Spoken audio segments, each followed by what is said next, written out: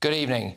The Peter Mandelson, Jeffrey Epstein scandal should bring down this Labour government. To recap some of the Peter Mandelson allegations, Mandelson appears to have given Epstein advance notice of a €500 billion bailout to save the euro in 2010, whilst a member of Gordon Brown's government. Bank statements suggest Epstein transferred $75,000 to accounts linked to Mandelson in 2003 and 2004, whilst he was an MP.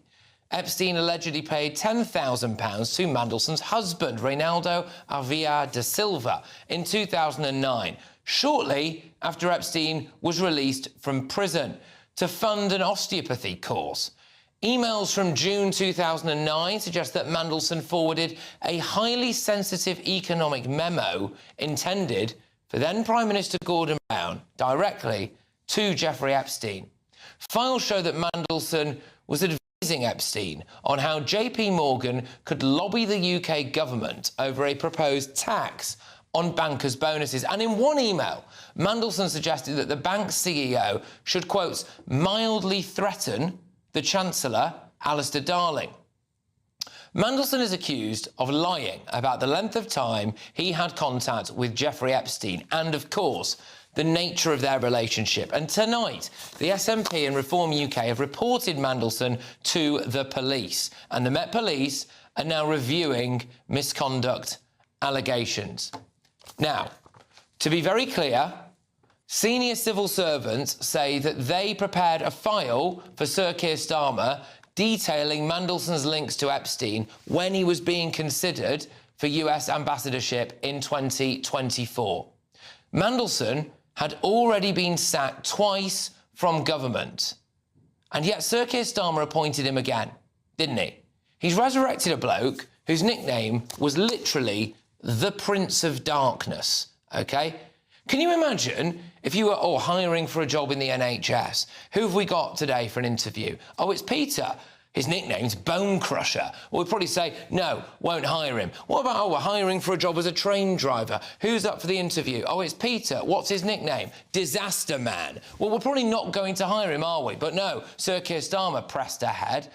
After it was revealed that he'd accepted a secret interest-free loan of £373,000 from fellow ministerial colleague Jeffrey Robinson to buy a house in Notting Hill. That's the first reason he was dismissed from government. The second time was over allegations that he'd improperly used his influence to assist with a passport application for the billionaire Hinduja brothers, who were major donors to the Millennium Dome. Yet still, Starmer went ahead and made him the US ambassador. He even gave him this speech.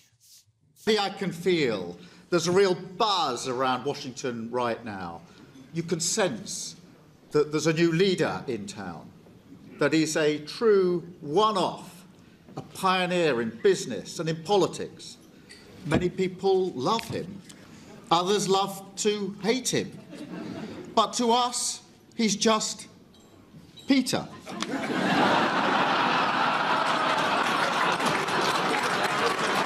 Ha ha ha ha, yay. I mean, after the first wave of allegations came out, Starmer stood by Mandelson in the House of Commons. The relationship between the US and the UK is one of our foremost relationships, and I have confidence in the ambassador in the role that he is doing. The very next day, he sacked him. This cuts right to the heart of Sir Keir Starmer's judgment. Honesty and the company he's prepared to keep. Let's have a look at how appalling Starmer's judgment is.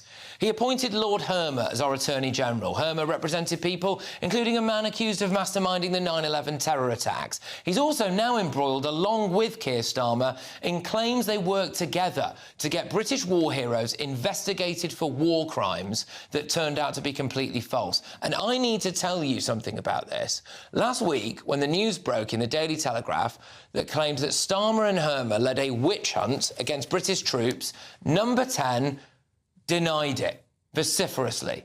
They told the Telegraph and they told my team here at GB News that they had simply offered legal advice free of charge and remained neutral. And then yesterday, this story broke in the Telegraph. They claim to have uncovered court documents showing that Starmer personally called for mandatory investigations into British veterans whilst acting for interveners in the case over alleged war crimes in Iraq, which obviously, as they say, now undermines Downing Street's defence of the Prime Minister just last week. Starmer allowed himself and his wife to take loads of freebies from Lord Wahid Ali. He appointed Sue Gray as his Chief of Staff. She was a disaster, but somehow she found herself in the House of Lords.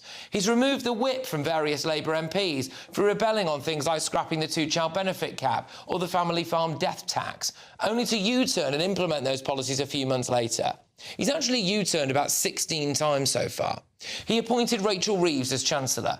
She's believed to have embellished her CV and is widely regarded as totally incompetent. The economy's tanking. He can't get rid of her because then he'd have to go. His instincts were wrong over the Pakistani rape gang scandal, saying it was a far-right bandwagon, then calling an inquiry. His judgment was wrong on China. There are big questions about whether Starmer knew and what he knew when it came to the collapse of the Chinese spy trial. And his judgment was wrong on Chagos. He campaigned twice for Jeremy Corbyn to be Prime Minister. Now he says he was never friends with him. He appointed a homelessness minister who had to go because she tried to evict her tenants. He made Angela Rayner housing minister, but she went over an issue with her stamp duty. He appointed Louise Haigh as transport minister. She went over a historic fraud conviction, which she claims she had already told Starmer about. He appointed Tulip Siddiq as the anti-corruption minister. She has been found guilty of corruption in Bangladesh. She denies any wrongdoing. He said David Lammy would be foreign secretary for his entire term in Parliament. Then he demoted him. Time and time and time again, Sir Keir Starmer's judgment is catastrophically wrong. And it's not just embarrassing, it's not just bad for Britain, it's actively dangerous.